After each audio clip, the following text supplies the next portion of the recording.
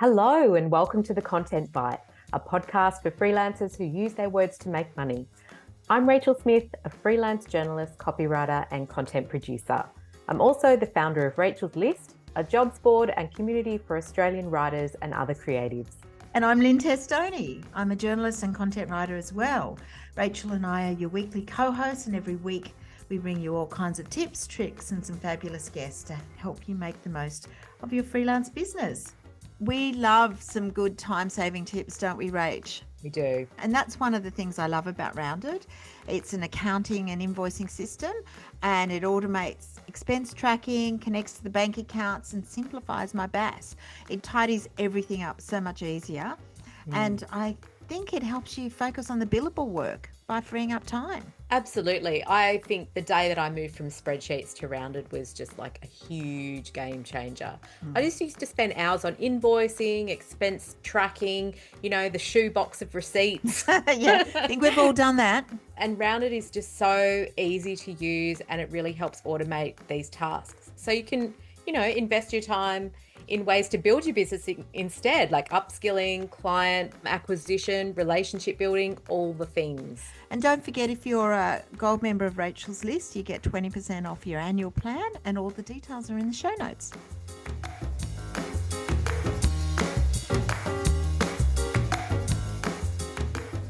Hey, Rach. Hey. I've got a question for you. Uh-oh. Oh, yeah, exactly. Do you ever worry that your messaging just isn't clicking with clients because you get to a certain stage in the sales process and they start to ghost you?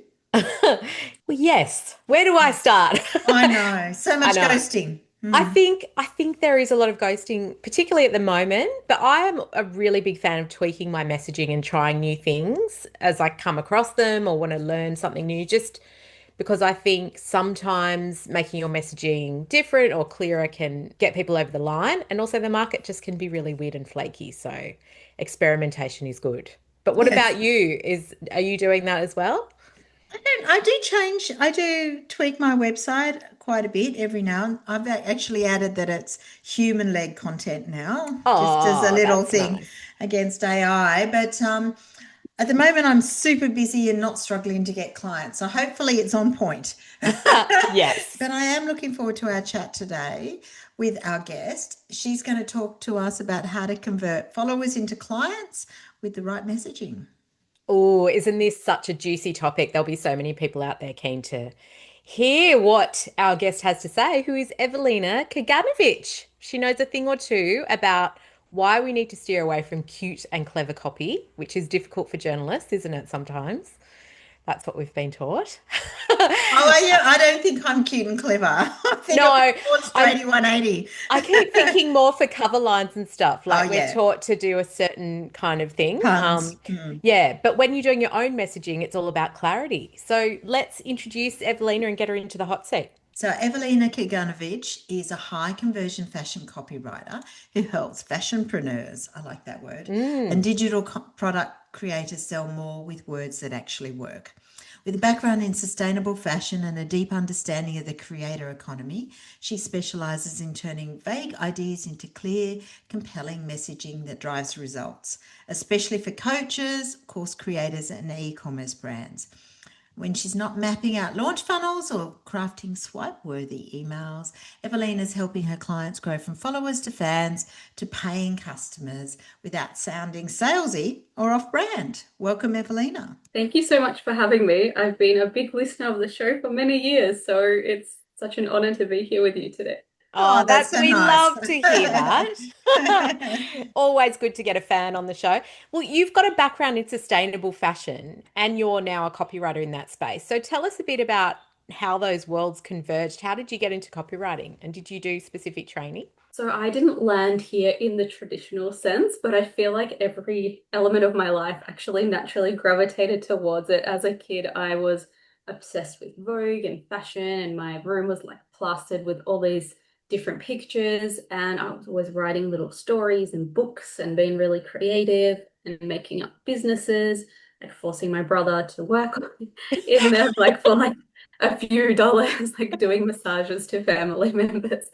So then as I went on, I studied design, like fashion design at university. But there came a point towards the end of the degree where I was actually questioning everything because there was two big pivoting moments that happened. One was an alumni came in and was sharing like what actually happened in the industry and what his life looked like. And I was like, oh my gosh, this is not what I thought this is about, and this is not how I picture my future. And the other moment was when I finished and graduated, I was so burnt out and sick that I ended up in hospital and just, instead of celebrating that I'd finished this long and difficult degree, I was burnt out and hating it. So I thought, okay, this is not, how I picture myself. So I actually took some time and I moved overseas to Berlin and I started working with different creative startups, nonprofits, like small brands, accelerator programs, an amazing unicorn startup. And I handled everything from messaging to socials to UX and writing. And also through my studies, I was already freelancing for some magazines and writing. And I just was really drawn to this storytelling element. And I think part of it also came quite naturally to me, the writing side. And I just lit up when I was doing this type of work and working with businesses and meeting new people. So then when COVID hit, I really went deep into like biopsychology. I studied UX, I studied marketing, I studied copywriting as well, and just dove into this whole world and was obsessed. I realized that writing copy wasn't just a skill I had, it was something I could genuinely help businesses with, and finally like that they could express their value clearly. So that was my journey. Here I am now. And between that, I had my daughter as well. So I've been building my business and juggling being a mom as well, and being really specific in who I target and who I can help is also a really good time saver because, you have limited time and you want to make the most of it too. So that's how I ended up where I am today. Wow, Amazing. such an interesting journey. Mm. I mean, I've worked in fashion magazines and I always know, I wonder, and we know from the freelance community that we're in, it can be really hard to get some high paying clients in fashion. It's an industry notorious for sort of running on free labor and things, especially smaller brands that may not have the budget. What kind of clients are you targeting? I can totally resonate with that, Lynn. Like it is so notorious, and I've been in those positions where I have done that work, for exposure, and then like really regretted it because I'm Mm, like, it's just not fair, mm, So I have worked with smaller brands, but now I work with creative founders, like course creators, coaches, and mm, digital product sellers who already have an audience, but they just aren't getting the results that they want from their copy, or they're just so time poor that it's really helpful for them to have somebody with those skills to step in and like guide them to reach their next goals. And many of them do come from a fashion or creative background. And they have some understanding, but they're trying to DIY their messaging. And they've outgrown that scrappy phase and they just want like copy that sounds like them and it sells, and they can focus on developing more products or going and doing more publicity things, mm. and have their business running in the background. Being business owners themselves, we connect on the level that, we wanted to have our own business and have our own freedom and work on our own terms. So that's been the types of customers or clients, I should say, I work with now. Mm. Talk us through the process because I'm guessing you kind of were in that stage where you were doing everything for everyone and then you decided, no, I'm going to specialize. What did that process look like? Yeah, it's a good question because and I feel like it's relevant to many freelancers. When you start, you're trying to get experience and you're picking up projects and jobs from everywhere, and you should be saying yes to everything to get that experience. But there comes a point where you should look long term at what you want your business to look like, because we are running a business, even if it's like a one woman show. And for me, a big moment in that was when I had my daughter, where I was like, okay, I'm at home with her. I have X amount of time to work. I just can't take on these random projects and also take on work from industries that I'm not an expert in and I don't know so much about, because that learning curve for me to go out and learn the terminology, the technical side, if they have regulations, is just too steep. So my way of looking was like, what is the one problem I'm solving for one particular person slash client, and does that niche have money to pay? Because that's also important. Yeah. And yeah, Yeah. and I think there's nothing bad about talking about the payment and the money, and in a lot of your episodes as well, like that's a big thing that comes up with rates and charging. So that was a big also mental shift for me to say, okay, I have those skills and I have that experience and I can genuinely help people and I do deserve to be compensated for it. So setting up that process and making sure all marketing touch points from my website to the content I put out on my socials and my emails speaks to that one customer. Actually, it's made it so much easier because I just have like one person in my head that I'm writing for at one time, and I direct it all to that one, avatar instead of Mm. trying to be everything for everybody.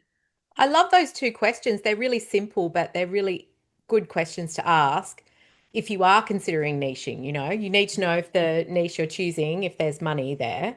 Mm. And what was the first one? You need to say, what's the problem I'm solving? And Mm. I love those. Yeah. I guess though, I mean, we all go through a bit of nerves when you do that. Were you nervous about losing clients when you started to niche? Definitely. It's so scary, especially when this is the only thing you do. Mm. When, say, you've got a part-time role or, you're working full-time and you're freelancing on the side and building up your business, then you've got that safety blanket. For me, Yeah. that was it. Yeah, I Yeah. didn't have a safety blanket and there was bills to pay. So it was very scary, but I do understand if you keep doing the same thing and expecting the same results, then you're a little bit insane. So I am a bit of a risk taker and I took that chance on myself. Also, I did do the research and, a lot of people who were in the position that I wanted to be in did say that. So I thought, okay, I'm going to listen to that guidance and advice. And it was actually amazing because the opposite happened. Once I got clear on how I help somebody and who I help, referrals increased, my content resonated more with people, my offers became easier to sell. It was like people could see me for me finally, and my audience started to trust me more because I was speaking about their pain points and they could relate to that. And when we would jump on meetings or have calls, it was like they were already meeting with somebody they knew, similar to like I Mm. jumped onto your podcast and I felt like I already knew you both because Mm. I've been a long time listener, so it felt really natural. And I think that's a big part of, when you niche down, you become known as that person. Hmm. Yeah, definitely. Mm. Mm. I know I'm sort of trying to niche into, well, I've gone from being a journalist into being more of a copywriter. And so I've niched down into being a web copywriter who solves problems for service-based businesses because I realized those were the types of clients that I attract all the time. But just listening to you talk is really interesting because a lot of those businesses, there is a learning curve. I have to learn the terminology and all of that. But the ones that are highly regulated, I'm with you. I just would steer clear because you need a massive budget, don't you, just to get through that point to confidently write for those clients. Yeah, agreed. Mm. And also in that sense, I have done some projects like that, especially when working with agencies. And one recently was for Amazon Web Services, and just working with such a big corporate, like the amount of approvals and levels of people it needs to go Mm. through compared to working with a business owner one-on-one. It's Mm. it's a world of difference. Yeah. Yeah. Yeah. Oh, definitely. I saw that logo on your LinkedIn actually, because my Mm. husband is like knee deep with Amazon Web Services. He's an IT cloud architect. And I thought, oh my God, Evelina must be so techie to write for them. It took a lot of like learning curve, of course, Yeah. was very technical. I was like listening to podcasts nonstop and reading, and it was like I was dreaming about it by the end. But Yeah. it was a really great experience. But the Amazing. whole niching idea and getting to be a bit of an expert, I mean, I think that's a great way. I wonder, because I think there's a big issue for many freelance writers and small business owners is about marketing themselves without sounding salesy. Do you see that as a way of doing that? How do you write your copy or pitch your services in a way that doesn't sound too salesy? So I look at it from the approach of like you don't need to be loud and screaming to try and buy up customers and attention on the internet. That's just, for me Mm, personally, not what I'm about. I just want to sound like me and attract the people that, feel that they click with me.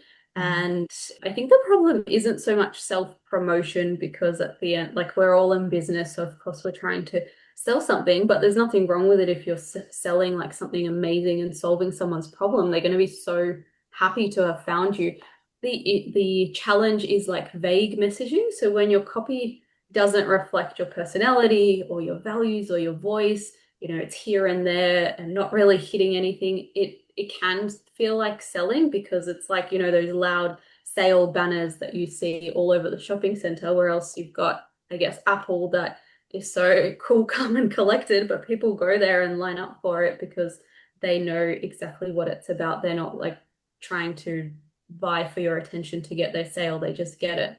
So for me, like, the way I balance it is I mix my content between inspirational content and then educational content and a bit of promotional content as well. And that way you can mix like that value-based content to genuinely help someone, especially when, we're talking about socials and that top of funnel where someone is just getting to know you and your work. It's also a good opportunity to show some of your work and your projects and case studies and testimonials, and then mention, I've got a spot for this month, or if you'd like help with XYZ, like, let me know. That's a good way, without shouting about it, just by presenting your work and what you've done. Mm, mm. mm. Well, I know everyone will want to know like how to write copy that's not clever or cute, but really clear.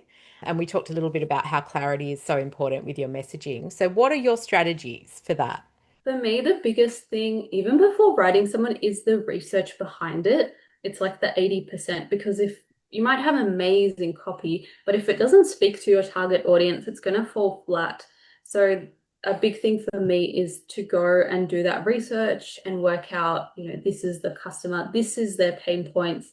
I look at interviews, transcripts, like do data mining or scraping, it's called. There's some really great AI tools for it too, to see what these people are talking about on the internet, what problems they're solving, and then what kind of words and languages, phrases are being repeated, like those, looking for those patterns and incorporating that into the copy, because that's what also I think makes human copywriters, not ChatGPT, still in demand, because we still have that high level thinking. So when you like can lead with empathy and structure, and sales can naturally follow as well. That's my approach to looking at being like really clear. And a big thing as well is not overcomplicating it when it comes to language. And I've seen that a lot in the creative industry, especially fashion, and even like more techie industries too, like finance and even health. They use a lot of like really technical industry language, or in the creative space, it's really, how should I say, like dressed up to make Esoteric. it, yeah, exactly, to make it like Yeah. look and sound really pretty, because it's all about grammar and allure. But at the end of the day, the average consumer doesn't, those are not the words going through their head. So speak to them where they're at and use the word that they're already using with themselves, and then Yeah. your message will get across. Yeah. So Mm, interesting. I do remember my time at Elle when I used to write all the fashion copy, but I would get a brief from the fashion team about what they were thinking of. And there would be wonderful, inspiring words that I'd have to sort of turn into sort of like practical things, it might be Sicilian widow, floating, black, yes, and then I'd have to turn it into actual copy. And it's a great training ground. I think it was really good. And I mm. think trying to be simple is a real skill for journalists, particularly. I think we're always getting complicated things and making it simple. Why do you think clarity is important? Do you think that's one of our roles as a copywriter? Because often the business owners, they're so caught up in their own philosophy, yeah, that you've got to sort of translate it for their audience. Is that how you see it?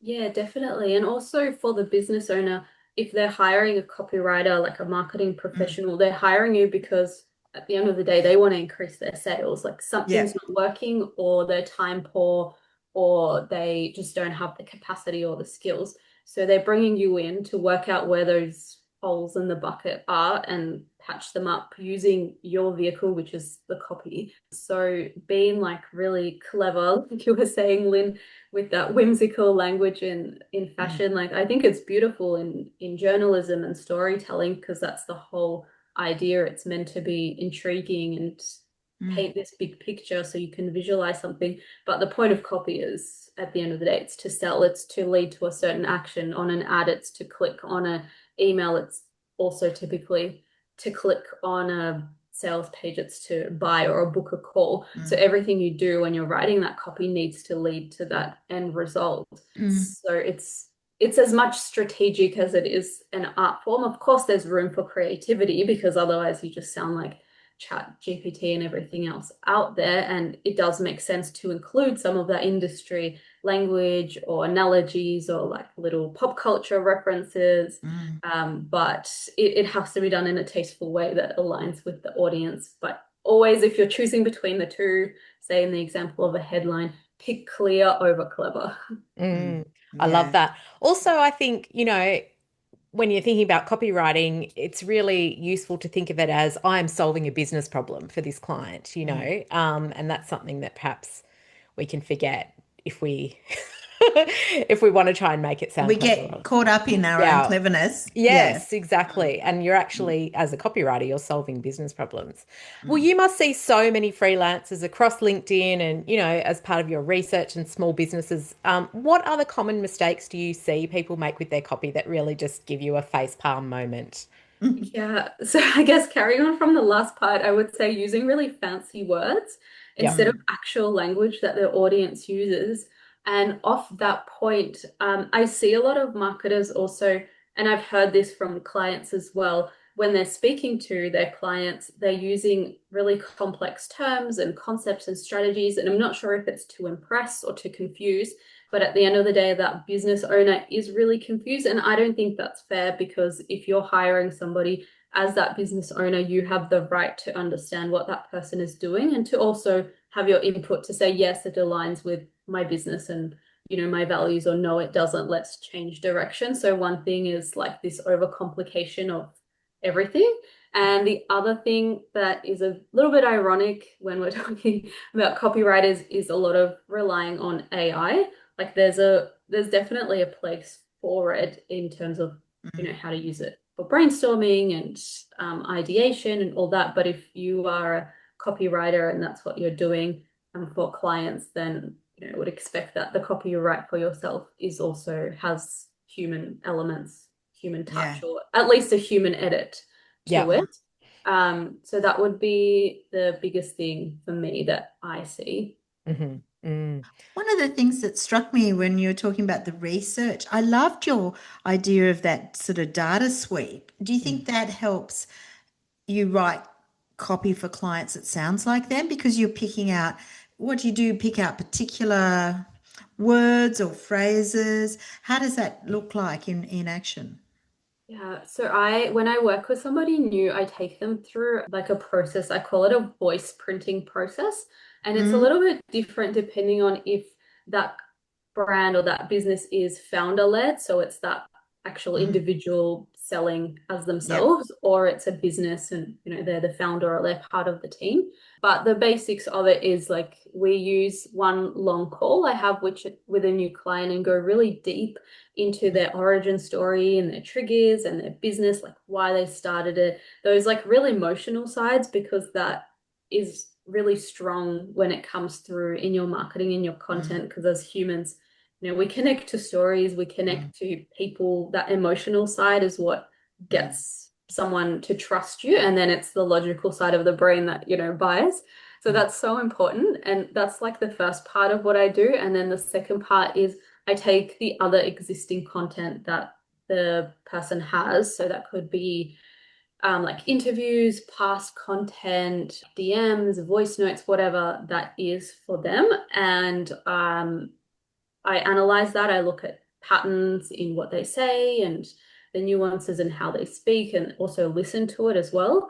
And mm, then the third element, which think is really vital, because there's two parts. There's one part which is the business owner themselves, like how they view their business and how they want to come across. And the second part is their target audience and how they speak and what their problems are. And it's, bridging that in a really nice, smooth way. And to get that understanding of the customers as well, that data scraping, Lynn, that you mentioned before is like really great, because you can look at, for example, Instagram or TikTok or LinkedIn and check all these comments, or Reddit as well, and check all these comments and words that come up. And I even had a project like that for a brand in the sustainable fashion space that was targeting Gen Z, and it was like really trendy, really edgy, and just a really like cool brand.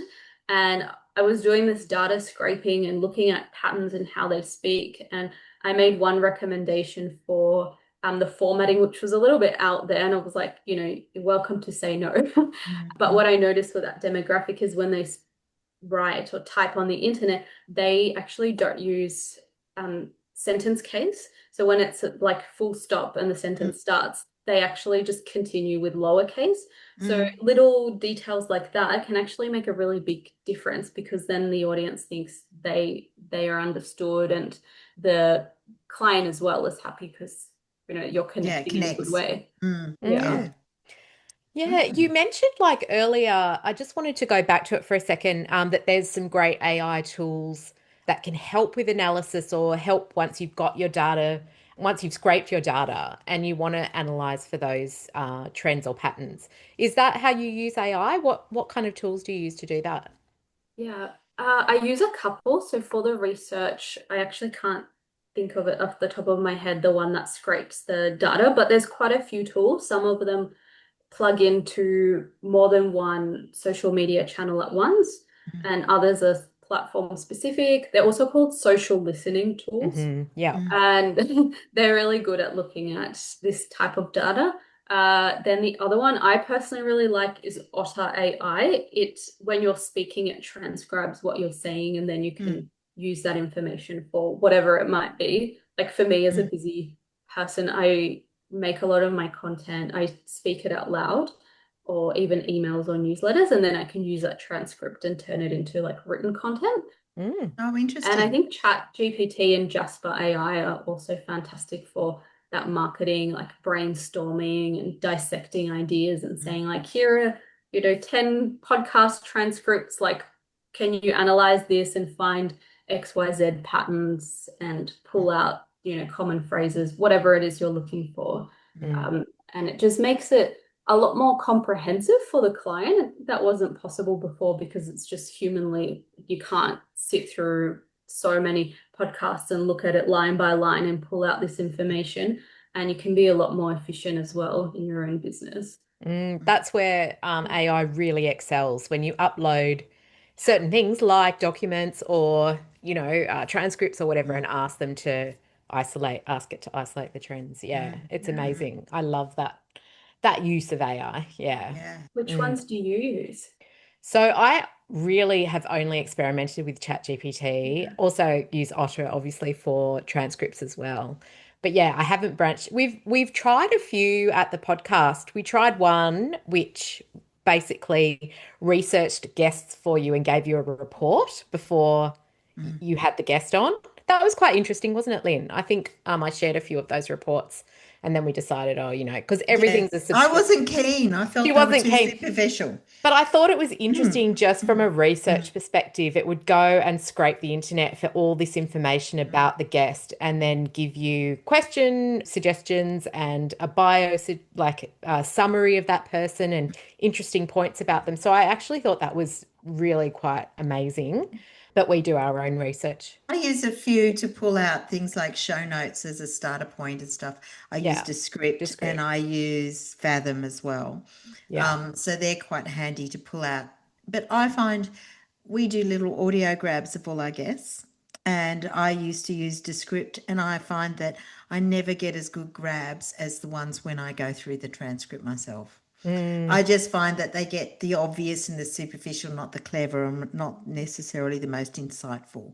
But I do like the fact we have an AI transcription, so I don't have to sit down and listen to it to pull out the things. I've got something that I can skim and find the bits that I like. I think that it does save a lot of time. Mm. But I know, Evelina, you mentioned social listening tools. I have used some as well, and I cannot for the life of me remember the names. I think some of them are quite expensive as well. So if you're not doing it all the time, it can, unless you pass that cost on to the client, I suppose. Yeah, I don't know if you do that. Yeah, I think it depends on the project, right? And Mm, some clients, if it's a bigger company, they're happy, yeah, for that to be tacked on. In other mm. cases, if you just need it for a few days, you can get a free trial and cancel it. Yeah, Yeah, Yeah. yeah, yeah, that's true. fair enough. Well, I mean, on the topic of AI, freelancers are obviously sending letters of introduction as part of their outreach, I suppose. And there's probably that temptation to do some of that in ChatGPT. But how can you stand out when you're pitching? Would you just say avoid AI and just try and sound like yourself when you're actually, pitching for work? I wouldn't say avoid AI because I think it's unavoidable now. If you're Mm, not using it, then you're kind of going to be left behind, but use it in a smart, human-led way. So if we're talking about pitching, I would suggest to always make it personal to that person to begin with. It's very obvious, and nobody wants to receive a mass email. Like, do check their name, do check what they've done. Like, connect with them if you genuinely feel you can help them and that your values align with this business's values. Like, check who that person is and the work they've done, and then I think it's okay to have AI help you write out an email that has like certain frameworks that are repetitive over, if you're sending 10, 20, because we don't have 50 hours in a day to send cold emails. mm, So it's like mm. finding that balance, but of course making sure that there are elements of human touches and that you've addressed this person, because otherwise it just gets deleted. Yeah. Yeah, Yeah. yeah, you've got to have some sort of human element, I Yeah. think. Yeah. Mm. So you seem to write everything from web copy to ad copy, but email marketing is your favorite, is it? Tell us why. I really love it. I think because it's so intimate and Mm, it's also a really good length in terms of, structuring the copy, because with ads, they're quite short and snappy. With, a sales page or a website, it's quite long form or a really long article. But with email, the way I approach it is I make sure each email mm, is focused around one idea and one story and one call to action to click. So it actually makes it easier to be really succinct on there. And also, if somebody's opted into your email, it means that they have seen enough of you on the front end, as I say, across yeah. socials, that they want to know more, that they have signed in, they've given you their email address. And when they open your email, it's one of the few places where they're not distracted by other things. So you actually have their attention for that moment in time. So it's such a powerful channel. And I've just really enjoyed also learning all these different frameworks and writing methods for emails and playing around with them and injecting stories. And also, I like playing around with formatting as well, if we're getting to the nitty gritty, because I think Mm, formatting can also convey a really big sense of emotion and personality. And some mm. of the other channels don't allow for that, but email really does, especially that written Is that form. your creative art sort of background coming in? I think so, yeah. And I get quite a lot of replies to my emails, which is really, really nice. And Mm, that's the part that, yeah, my audience likes. I even had someone reply to the last one and said, "Oh, I really like how this sounds like it's really like interesting or create or fun or creative, whatever she said. But all the other ones sound different. Like she couldn't quite pick what it was, but she could tell there was a difference." mm, And was like from what I was saying to myself in my head is like, yeah, probably because most of them are written with AI. So when you see somebody that's actually written it and it's a story and you feel that connection, and then, I see the formatting as that change of tone and that body language in a sense of an email that adds an extra layer of character. So that's why I just love it. Like I could mm, write them mm, all the time. mm, mm. So do you have like all your clients and like do you have different email lists for say established clients and also new leads coming in? And how often do you email those groups? So at the moment, I'm building my list. So full disclosure, it's not a very big list, but it's a very curated, engaged list. And Mm. I have flows. So I've got a welcome flow, and then I've got the two lead magnets. So there's two ways somebody can join, either if they want to opt into one of the guides that I'm sharing, and they will receive that, and then go on to the welcome sequence after that, and then eventually get put into the normal like weekly marketing emails. And or the other one is to just go straight onto the welcome sequence without downloading the freebie. And I don't like emails that spam a lot, so I take the less is more approach, and I just email once a week. And a lot of the time what I do is if something happened, like for example, we've got this podcast recording, like I would share a story about this Mm. and why it was important to me and a lesson from it. And then I would link and say, oh, you can listen to it here. Or if you would like help with XYZ, you're welcome to Mm. book a call with me. Mm. Mm. Mm. Interesting. So, Well, let's just move over to social for a minute because I know lots of freelancers will kind of pump out this high value content, this how-to type content, which, we can know can lead to people consuming all your content but not actually buying from you.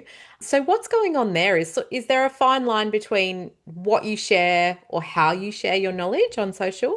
yeah, and I think it's also finding that connection because social is like one piece of the puzzle, like what happens after social. So working that into your social media strategy of saying, okay, this is my content plan for August, September, and how do I drive people into the next step of my funnel? So making sure that content, you're sharing values and also connecting it to the next steps, like tell your audience what you want them to do. You'll be surprised how how much guidance somebody needs, like make it really clear. And that content that you're sharing on social should really be coherent with everything else in your marketing funnel. So if what you want somebody to do from a social post is to download your guide, then say that and link it and make it really clear. If you want them to book a call or send you a message or reply, make that clear. So I think a lot of that disconnect happens that we get so excited building a social following and saying like, oh, I've got X amount of followers, and it's almost like a status symbol. Mm. But at the end of the day, if that list doesn't convert, like you don't really have a business. So it's thinking about it's better to have less, but really highly engaged and a loyal audience than an audience that is just there for vanity metrics. And also not including, you must see that, like people don't include a CTA. They don't have any kind of call to action, Yeah, asking for something at the end of that Mm. high value post, which Mm. is a wasted post essentially, isn't it? exactly. You've spent like, I don't know how long, like 30 to 60 minutes, the brain power of thinking about it, mapping it out, writing it, scheduling it, posting it. And then you've kind of left so much on the table by not just adding a simple line of, here's what to do next. And I'm not sure if it's maybe a mental block for some people, like we were saying before, this salesy element to Mm. it, to not want to come across as, a spammy marketer. But if you've just described this great way you can help someone, like there's a very high chance that they might want to get in touch with you and have a conversation. And even if they're not ready to buy yet, but maybe they're ready to go on your email list and learn more from you. So almost doing them a disservice by not giving them like that next step of what Hmm. to do. Mm. So, Yeah. how do you do that in a nice, natural way that stops them hesitating? You can use like really gentle language. I think it depends on the person and the freelancer. Like Mm. you can say, I invite you to download this guide. If you'd like to learn more, click here. Like it's just gentle language, like you would Mm. be talking to a friend. Like you wouldn't be blasting them with like, do this now. Be a little Mm. bit more subtle and kind and considerate. Yeah. And maybe saying, I'm Rachel Smith. I'm a copywriter for service-led businesses. If you'd like to talk about XYZ or something.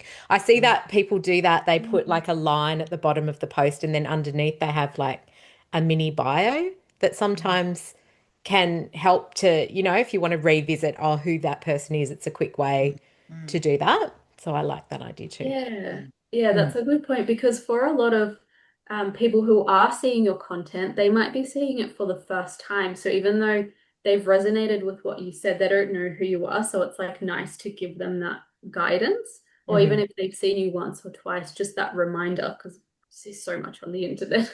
Mm. It's hard to remember everybody. Yeah, absolutely. Yeah. Well, it has been a bit of a wobbly couple of years for many freelancers. So I'd love to hear what changes you're seeing in the creator economy and what your advice is for writers who are finding, their former, tried and tested marketing strategies are no longer working. Yeah, I think this whole COVID and AI shift has been really affected the copywriting marketing world. Mm, And not saying in a bad way, just, it's shifting. And from an audience perspective, I believe they're less trustworthy because Mm, there's so many scams and so much, oh, like unfiltered things and fakes on the internet that people are craving A, like trust, and B, a more connection and community. And we're seeing like brands that are building that doing really well. So this like just sharing templates or tapping into trends just isn't enough anymore. Like they want community and novelty, and even like this Labubu craze that's happening at the moment. Like I personally I don't get these dolls. I find them very creepy, but I mm, understand the tactics behind the marketing strategy, mm, and they're absolutely like it's very smart, and they're so big right now. They make a desirable product that taps into like this nostalgia, and they're selling it using like an exclusive matrix. mm, So if would say anything to fellow freelancers is like to get specific, like who do you help? How does your offer solve an actual problem? Like the more structured and anchored your message is, and the more honest you are, and also like showing your face because now this is how you build trust. They want to see it's an actual person. The more resilient your business will become, and the more you can also walk into conversations with like confidence and clarity that this person that's meeting with you, like knows you already, they like you already, they trust you already, and it just makes it so much more enjoyable for everybody mm, involved. mm, mm, mm. mm. You talked a little bit about you've got a couple of lead magnets, which is how you help to build. Do you want to talk us through that and how they work for you and the differences between them? So I've got a couple that I've Mm, created. One is a email subject line swipe file. And so it's got a list of all these different subject lines that I have tested myself and get good mm-hmm, open rates. And the reason I made that was because I was looking into the problems that my target market has, and it mm, was with their emails, and the biggest thing was like no one was opening the emails. So then as amazing as the content is inside, like nobody's checking it and reading it. So I was like, what mm, can I do to help them get an easy win in that first step? So that's how I came to this email subject line swipe file. mm, And that was the first one. And the second one was a guide on how to hire a copywriter, like what things to look out for, green and red flags. Because what I was seeing and hearing from clients as well was that they'd worked with copywriters before, and they would be coming into the calls with me skeptical because they'd been burned, or the mm, person just ghosted them, or it just wasn't a good quality job that in mm, the end they were up till like 3 a.m. trying to do it themselves before mm, a big launch.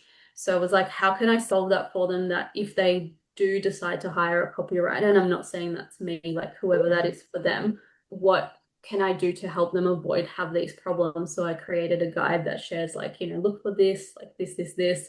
So then the next time they do go to work with somebody, they can feel more confident, like stepping into that conversation and saying, okay, no, this person is a red flag, or yes, this person is professional, will be able to help me. And the way I work it into my business is, offering that in certain social media content where it makes sense. mm, And then if somebody gets onto that list, then they go into my email nurture funnel as well. mm, mm. Mm. So interesting. I would love to know, like, just in regards to lead generation generally, what are you finding is working for you right now in bringing leads into your pipeline? I've been seeing a lot of success on LinkedIn, and I Mm, genuinely love LinkedIn above the other social media mm, platforms because it has such a great community of professionals who are not there to waste time. They want to learn and they want to connect with other, leaders and mm, decision makers. I think, and also I feel like LinkedIn now has this golden opportunity gate that if you start now, you can really build a really great community on there. And I think that's like the top of the funnel, how I've been connecting and making really great connections and reaching people. The second part would be going on podcasts as well and just sharing my story and whoever it resonates with. I've seen the traffic coming in both into the LinkedIn or the email list or reaching out directly, which is really wonderful to see. And I think also like now seeing somebody's voice or seeing their face, hearing somebody's voice and seeing their face builds that trust as well. So that's a big component. And that's what I've seen for that like lead generation from the top level. Amazing. Wow. Well, gosh, we could talk to you all day, but probably should wrap up. Something we do like to ask our guests, though, is about their favorite tools or the services that they would be lost without. I know you mentioned a few earlier, but what are yours? I really love Otter AI because I record so many things when I'm out for a walk with my daughter or we're like at the play center and I don't have so much time and I'm a bit of a talker. So it's quite nice for me to be able to articulate things using my voice. So that's a big one that I use. And yeah, I would say that's my top one. And I'm also excited to look into using like video clipping apps, but I haven't started that yet. Yeah. Cool. Yeah. Oh, wow. No, it's so interesting. I mean, I keep looking, I want to look at Flow, which is obviously the new Google AI video app. And yeah, that's the big thing at the moment. I think they released it last week. So that's big. Yeah. Thank you so much, Evelina. It's so interesting. I think we really learned a lot, and I love all the process and the connecting that you have. It's really nice to hear that sort of human-led sort of approach you've got. I think that's really valuable. So tell us where the audience can find you, and we'll put in the show notes sort of the links to those two downloadables as well. Yeah, thank you for having me as a guest. I've really enjoyed it. And Oh, good. yeah, it's been a real pleasure.